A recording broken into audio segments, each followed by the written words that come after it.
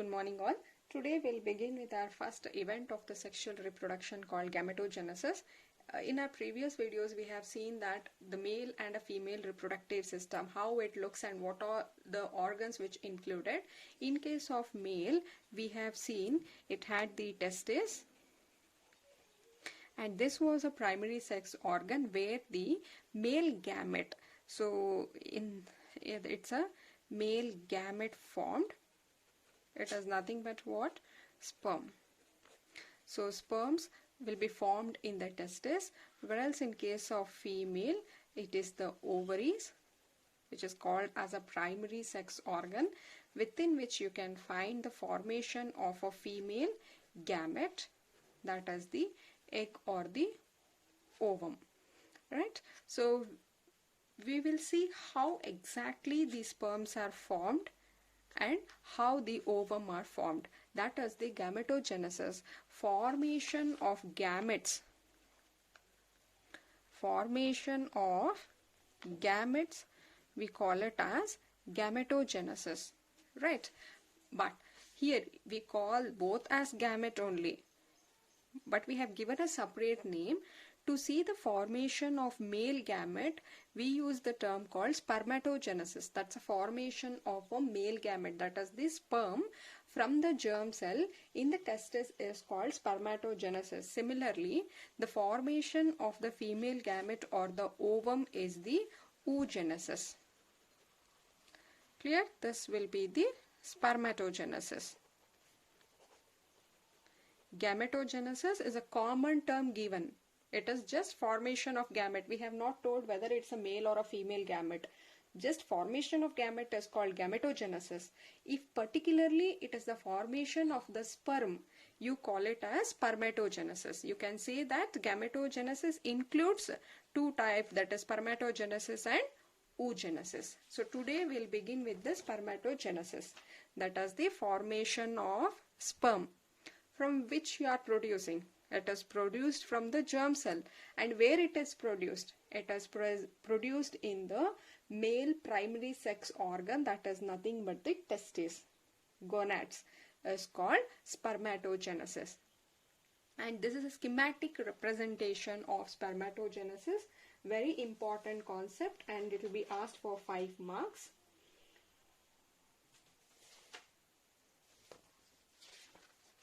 So the formation of this, that is spermatogenesis, begins at puberty. We'll see why it is begins at the puberty only. Later we'll see that. Let us understand the spermatogenesis process first.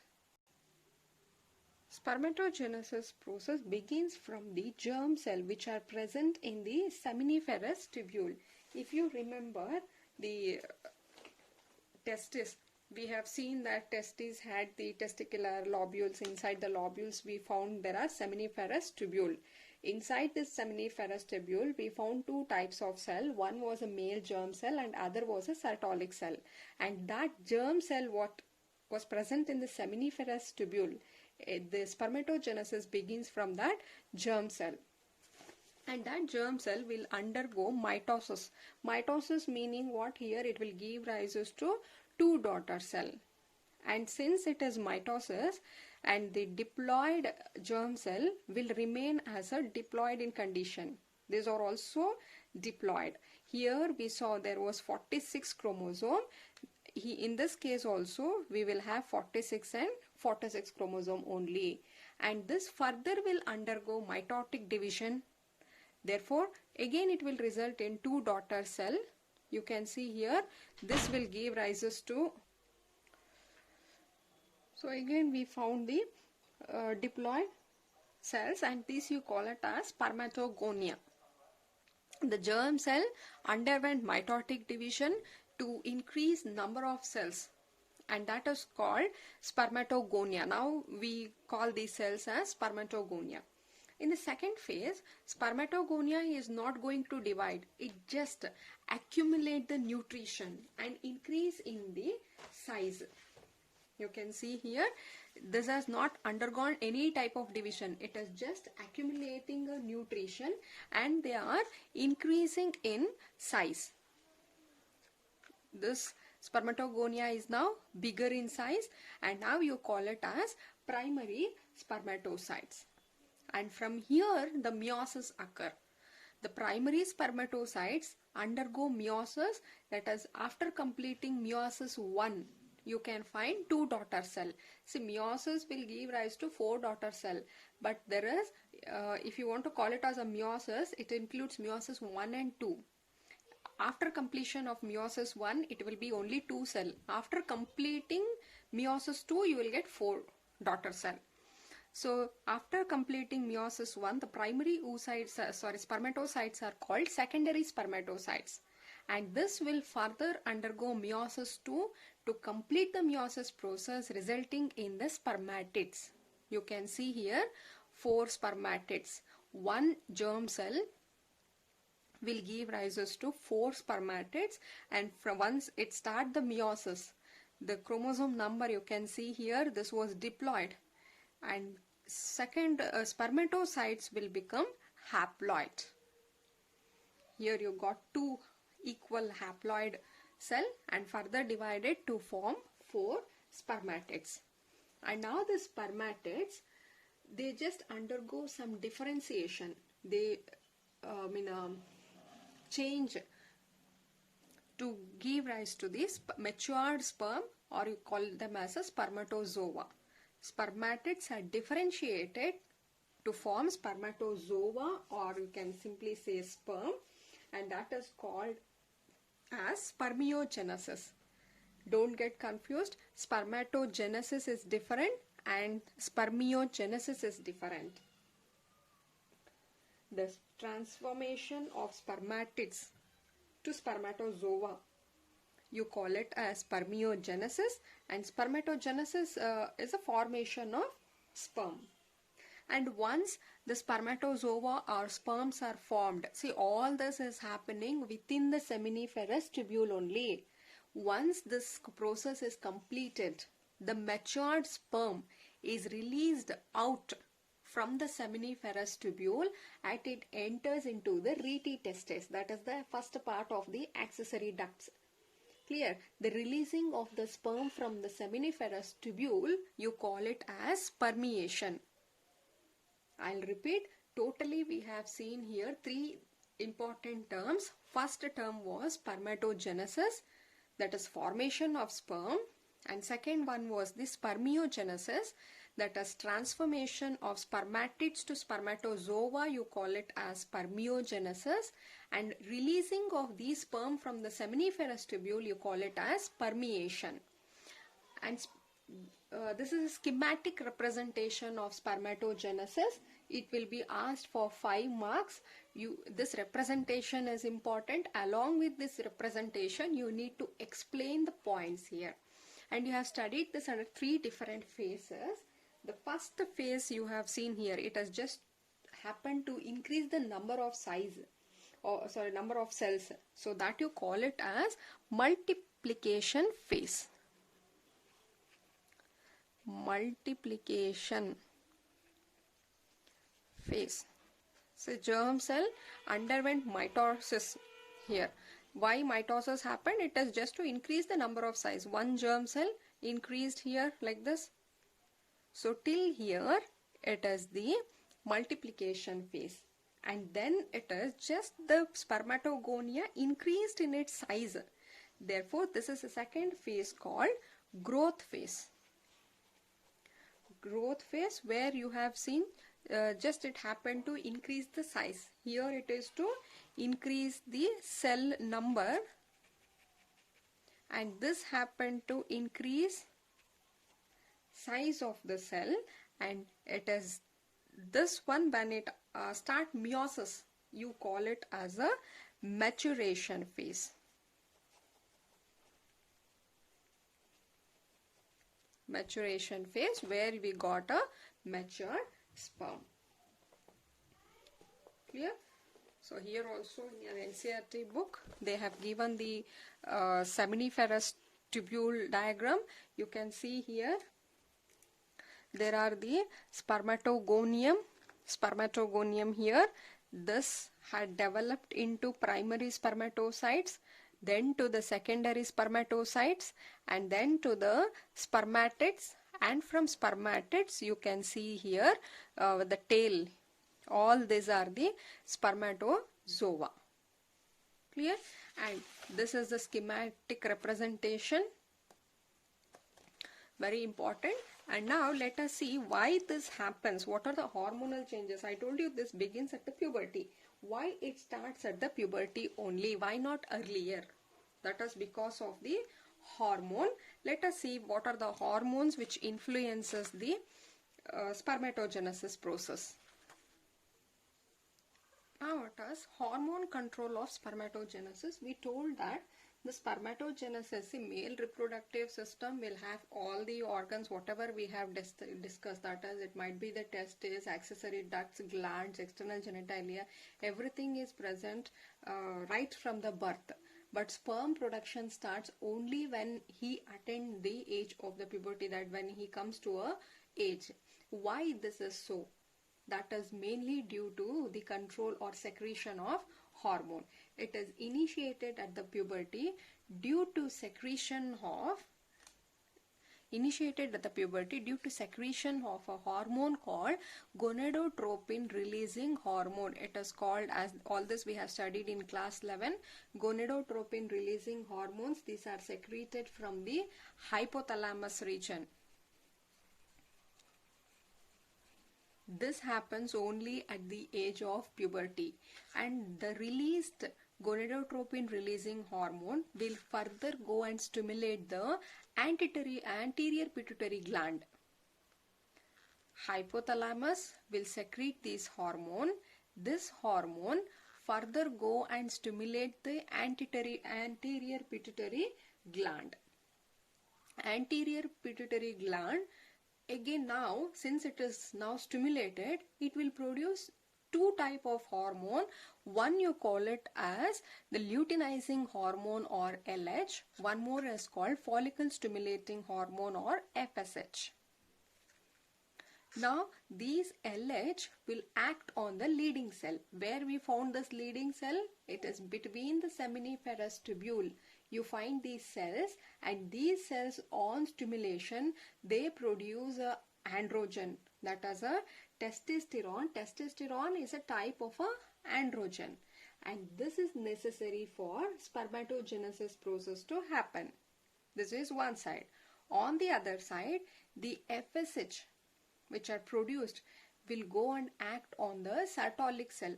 Now again, where was this Sertolic cell present? It was in the seminiferous tubule only. These Sertolic cells are stimulated and they help in the spermatogenesis. More particularly, they help in the spermiogenesis process. The Sertolic cell will also produce another protein which is called as inhibin.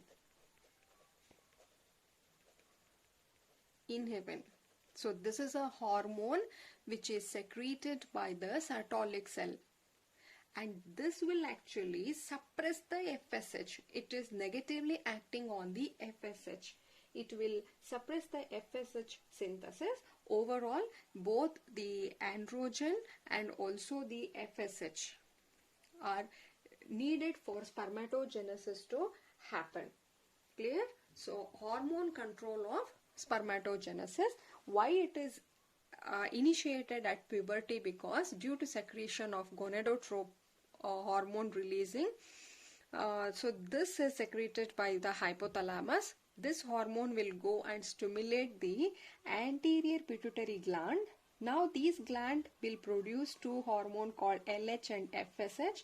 LH will act on a leading cell to produce the androgen. FSH will go and say the Sertolic cells to help in the spermatogenesis. They also produce one more protein called inhibin, which is not given in your NCERT book, but this much is very important. Clear? Now we will see the structure of sperm, how a mature sperm look. So we'll see structure of sperm. Again, this will be one of the important 5 marks question. They can ask you for the diagram along with the description. So ultrastructure of the sperm, it contains a head region. So this is a head region and a short neck. Second portion will be the neck, and then it comes the middle piece. This will be our middle piece, and finally it has the tail. Clear? So the sperm consists of head, neck, middle piece and a tail, and whole body of sperm is surrounded by the plasma membrane. So outermost layer, what you can see, which is surrounding entire sperm, it is called as the plasma membrane. Those sperm here are haploid, and because it's a male gamete, definitely it should be an haploid, and they are flagellated. Since they have a tail, they can show the movement. So let us see now what is present in the head region. The sperm head contains very little cytoplasm, and it is having an elongated haploid nucleus. Inside head, you can see an elongated haploid nucleus, and anterior portion of this nucleus, you can see there is a cap-like structure which is called as the acrosome. Clear? So inside the head region, you will have the haploid, like this. You will have an haploid nucleus,